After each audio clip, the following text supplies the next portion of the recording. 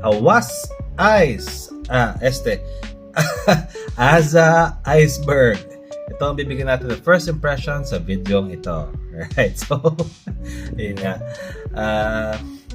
Itong si Aza Iceberg na bilhin natin today, and the price is around 1,200 pesos for 100 ml bottle. Okay? Now, si Aza Iceberg is usually being compared kay Hawas Ice. Alright? So, we'll have another video to compare both and see kung sino yung mas gusto natin. Alright? Now, si Aza Iceberg unfortunately didn't come in the box. Pero, our bottle here is kinda simple. Blue siya overall. And then, yung cap na is black na plastic.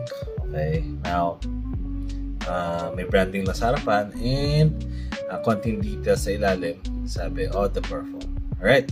Now, si Aza nga pala is a sub-brand of Hawas. Okay, so, or Asasi.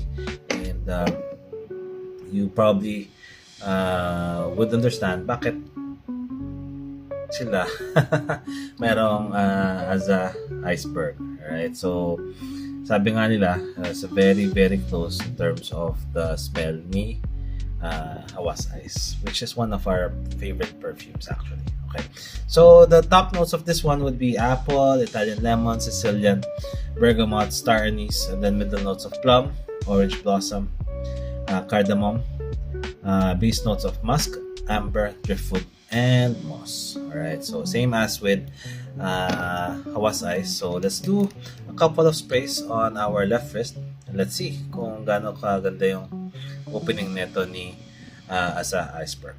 Okay, so let's do 2 sprays.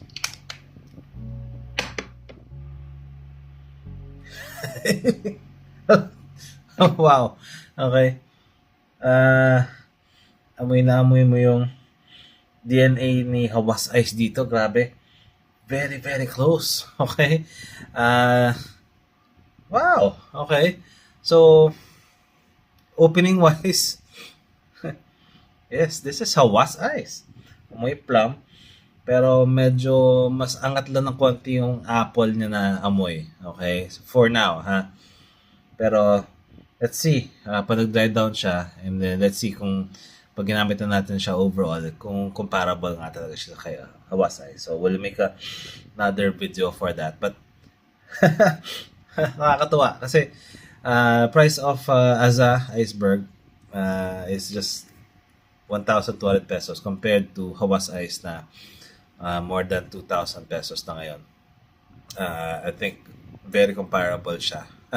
So, kung naghahanap kayo, nagtitipid kayo, this is something that you can look into kung gusto niyo masubukan si Hawas Ice. Now, again, we'll go ahead and do some review.